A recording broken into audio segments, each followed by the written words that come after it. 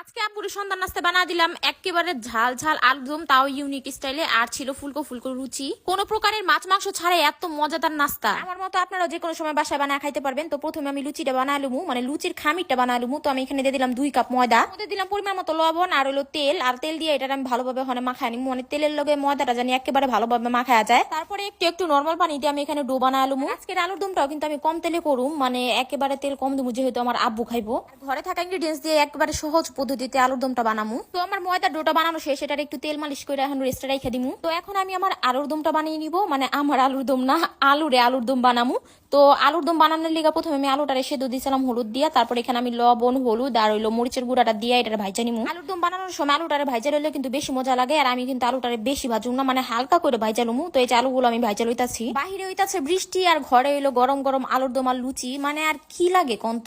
আব্বু আমার ভিডিওর লেগে যে কত কি আইনা দেয়, মানে রেসিপিতে কত কি লাগে, এগুলো সবকিছু কিন্তু আব্বু আইনা দেয়। তো আমি ভাবলাম যাবো একটু স্পেশাল ভাবে কোনো কিছু বানায় খাওয়াই। তো আলুগুলো ভাজা শেষ, ওই একই তেলে দিয়ে দিব দারচিনি, এলাচ আর তেজপাতা। আর পেঁয়াজ দেওয়ার সময় দেখেন আমার হাতের মধ্যে কেমনে লাগছে, মানে আমার কত ভালোবাসে বুঝেন। রান্না করতে করতে আমার হাতের মধ্যে যে দাগ দিয়া বইরা গেছে, প্রতিদিন আমার হাতের মধ্যে ঠোসা পড়বো ভাই। তো যাই হোক, তারপর আমি দিয়ে দিব পরিমাণ মতো লবণ। আমি যেহেতু আলুটা সেদ্ধ করার সময় লবণ দিচ্ছি, আলুটা ভাজার সময় লবণ দিচ্ছি, তো এর জন্য কম করে লবণ দিয়ে লইলাম। তারপর আমি এখানে দিয়ে দিব একটু আদা রসুন বাটা।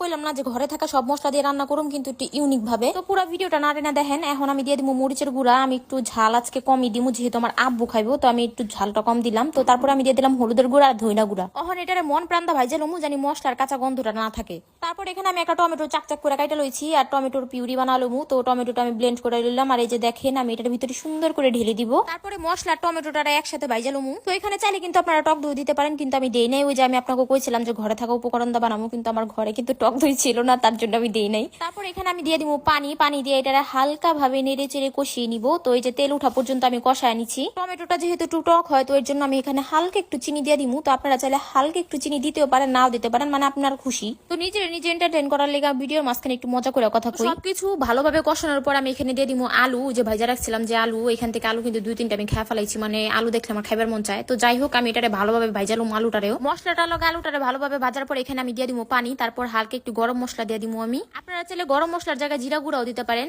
তো আমি এখানে গরম মশলাটা দিচ্ছি। তারপর এটা আমি নাইরা নিবো, মানে আপনাকে যতটুকু গ্রেভি দরকার আলুর দমের মধ্যে অতটুকু করে নিবেন। তারপর আমি এখানে দিয়ে দিচ্ছি কাঁচামরিচ। ওখানে আমি ঝোলটারে শুকা আলুমু। এর মাঝখানে আপনাকে একটা কথা কই, আপনার কাছে কার কার আমার ভিডিওগুলো ভালো লাগে অবশ্যই কমেন্ট করে জানাবেন। আমার পেজটা কিন্তু ফলো করে দিবেন। টিকটক থেকে যারা দেখতেছেন তারা কিন্তু আমার পেজটা ফলো করে দিবেন। টিকটক আইডির বাইরে কিন্তু আমার পেজের লিংকটা দেওয়া আছে। তো এই যে আমার আলুর দমটা রান্না করা শেষ, মানে আলুর দমটা রান্না করা শেষ। আর আমি তারপর এখানে দিয়ে দিলাম একটু ধইনা পাতা। আর আপনারা কিন্তু একেবারে শুকনো শুকনো করে ফেলাই নাই, যে আমারটা দেখেন, মানে এরকম থাকলে নামা ফেলাইবেন, কারণ এটা কিন্তু নামাইলে আর একটু শুকনো হইব। ওখানে আলুর দমের ফাইনাল লুকটা দেখেন, মানে কালারটা দেখেন যে কি সুন্দর হইছে। তখন এটা আমি গরম গরম প্লেটে সার্ভ করে লমু। আর আব্বু গেছে নামাজ পড়তে, নামাজ পড়ে আসলে আমি সাথে সাথে গরম গরম লুচি বানায় দিমু।